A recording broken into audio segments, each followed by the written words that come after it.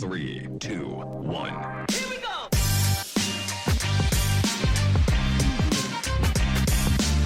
Welcome to All Nations House of Prayers Real Talk. Today's topic is single, surviving, and thriving with Alexandria, Keiki, Vance. Hello everybody, this is Alexandria. I'm here for another episode of Real Talk. My episode is personal to me because it's dealing with being a single parent, how I'm dealing in this pandemic with COVID and everything, which is already hard enough being a single parent by itself. So for me, I'm just going to give a little bit of my story, testimony, hoping that it might encourage you during this pandemic and during such a hard time that we're having to go through. First of all, I currently am not employed, and that's only because I'm going to nursing school. I had been at the hospital for 10 years. I made the decision to come off of my job middle August. Before doing that, I did talk to God because I'm like, this is financial. Like, I have to take care of my children, not just myself. I'm having to think about my 3 daughters and how we're going to make it, pay bills. We still have to have a place to live. So I had already pre-pandemic started preparing myself last year because I knew that the job that I was currently doing, that's really not what I wanted to do as far as long term. But I did not know that I was going to this year have to make so many moves in such a quick time. So August, I said goodbye to the hospital, which was the only job that I've known. And I've never, since turning 18, been without a job. So I was a little scared. Yes, I did have fear. Yes, doubt did set in. But God reminded me that I had a promise that He made to me. And I had to trust and believe in that promise. So I started school, nursing program, September the 1st. Walking into that program, I was like, look, I'm here to learn, I'm here to gain knowledge. I've quit my job for this. So it was very important to me. It was important for me to get the grades, to get to pass, being that I'm at the age that I am. I've been out of school for, oh my God, who knows how long now. So I'm in class with younger people that could be my daughter. So I had to step up. There's a lot of responsibilities behind that. I still have children at home that have to go to school. I still have to maintain as far as making sure that they're doing what they have to do. I have a daughter that's in college. So there's certain things that she needed as well. So I just had a lot going on, but I did not know that all of this was going to take place during a whole COVID pandemic. Going to school is going good. I'm breezing through some of the things that I did not think that I would ever master, but I did. Here's October, and I'm on the phone with my daughter on the way home from school. Mind you, I go to school an hour away every day. So I'm on the drive home. I'm not thinking about it. It's the weekend. I have things that I have to do. My daughter calls me and we're having such a good conversation. She's happy. I'm happy. Everything is going well.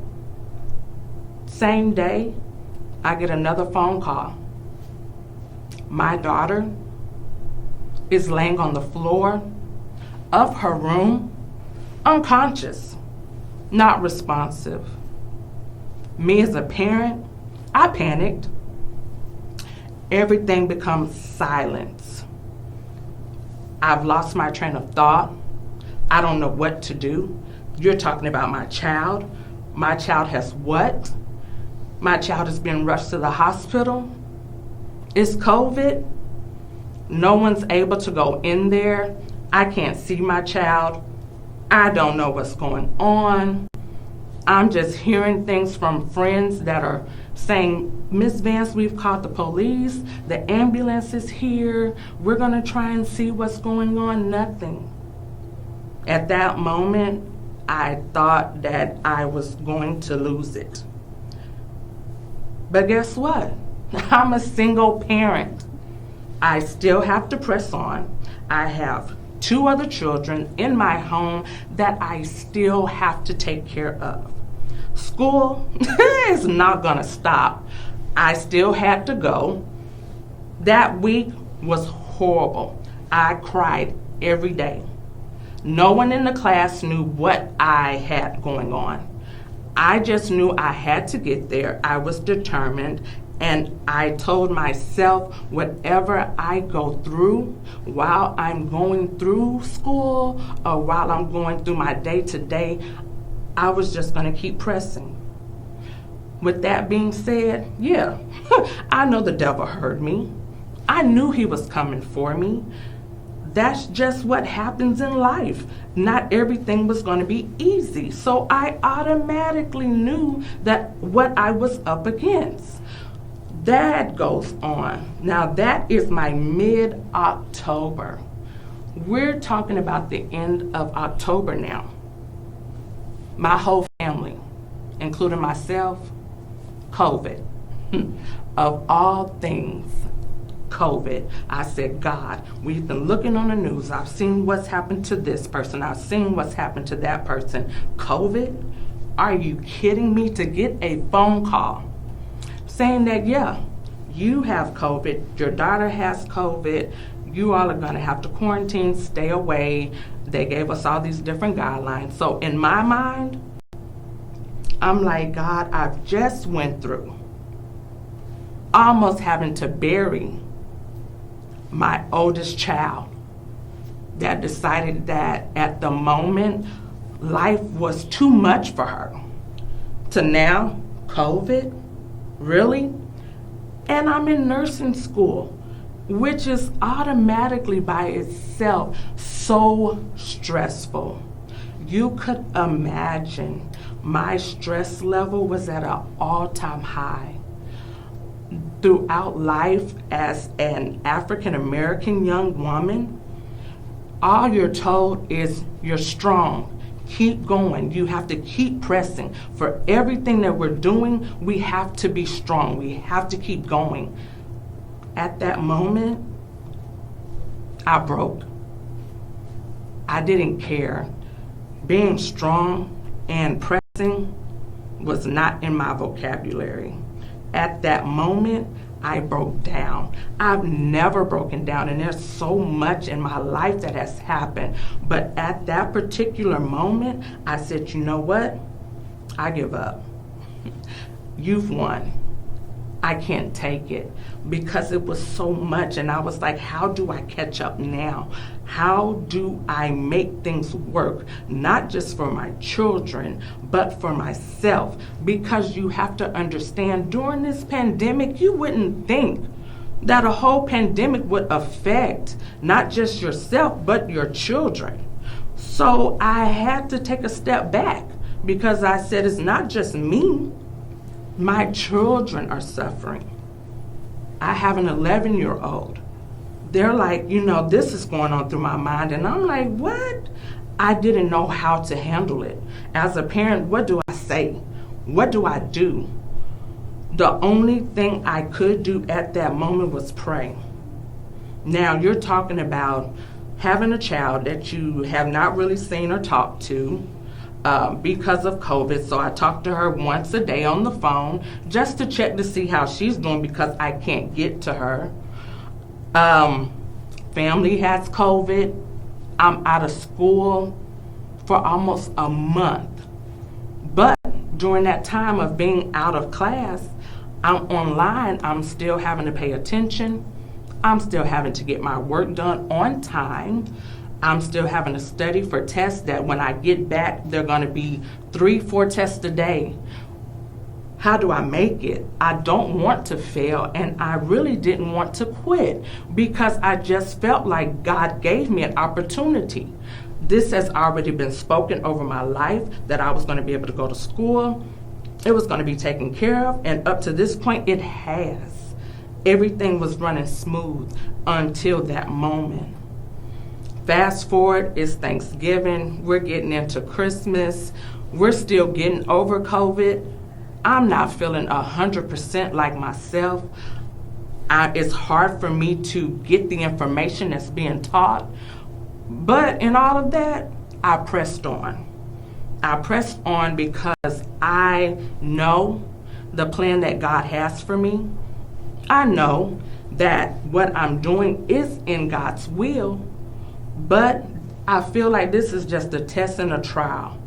So in that moment, how am I going to keep going, knowing that God is all I really had to lean and depend on? You're talking about trust. When I say I put all my trust in God, I didn't have anyone else at the time. Yes, I had family. Yes, I had friends. I'm in quarantine. I can't go talk to them. I can't go sit in their homes, put my feet up and relax and have a therapy moment. I had to depend on and trust the one that I knew past years that could get me through anything. And he did. But I'll say that to say this. As a single parent, we go through so much. And we're told that we have to put up with so much. You bottle up so much as a mother to where it becomes overwhelming. Church is not open. For me, the way that I got through things in the past was to be at church because I know for myself, I needed my midweek fix, and I needed to hear my pastor on a good Sunday morning.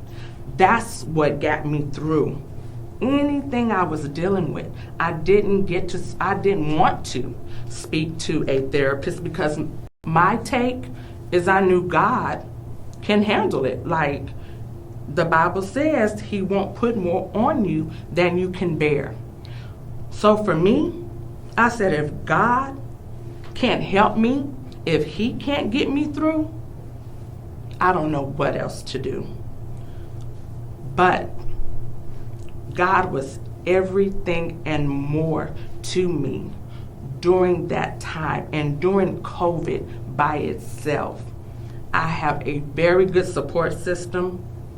I have a church and leadership that understands and they know the power that prayer has. So at that moment, I was so thankful that they put in us and they teach us to pray. Prayer was everything that I needed to get through having to deal with my daughter, having to deal with my 3 beautiful daughters. I had to turn it over to God because I knew the fight that they needed, it couldn't come from their mother. It could only come from God. COVID, hey, I had to put it in God's hands. Even though it was difficult, even though it was hard, having to work through day by day, we got better. And I will say today that was only by the grace of God. Now that I'm 6 months, a little bit over 6 months into school, I will say it's stressful, it's hard. I've already gotten a degree and certification in medical billing and coding, but this nursing school doesn't even touch that. My stress levels have been at it's at an all-time high. The work is a lot. It's a lot that we have to do to maintain. But I can say, and as I'm standing here today, I've done it. Through everything that I've went through, I've done it. I've not been able to do it by myself. Between God and an amazing support system, through awesome leaders that call and check on me. What? I'm just a lay member. Are you serious? But they do that. So with that, I'll say to any single parent that is out there, you're working, you're having to pay the bills, you don't know when the next meal is going to come through. If you're not trusting and depending on God, I really don't know what you're doing during this pandemic. A support system. It's important to have a good, grounded support system. If you do not belong to a church pre-pandemic, we're online now. No one has an excuse. Tap in. Tap in. Get on the prayer calls. Listen to the Wednesday night Bible studies. Some preachers are having church and sermons done on Mondays, Tuesdays, whatever. Take that time. Might be 5-10 minutes that you have throughout the day. Connect. Connect with people that you've never connected with before. You don't know who's going through the same thing that you're going through until you reach out. No one knows what you're going through until you say something. Once you say something, there are so many people that will be in your corner that will offer you the support that you need to make it. And that's whether you're a single father or a single mother like myself. We've got this. I'm standing here as proof to what I know God can do.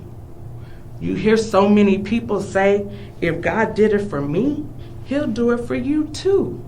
Trust me, the situations that I have been in during this pandemic have truly let me know that God is all that you truly need during this time.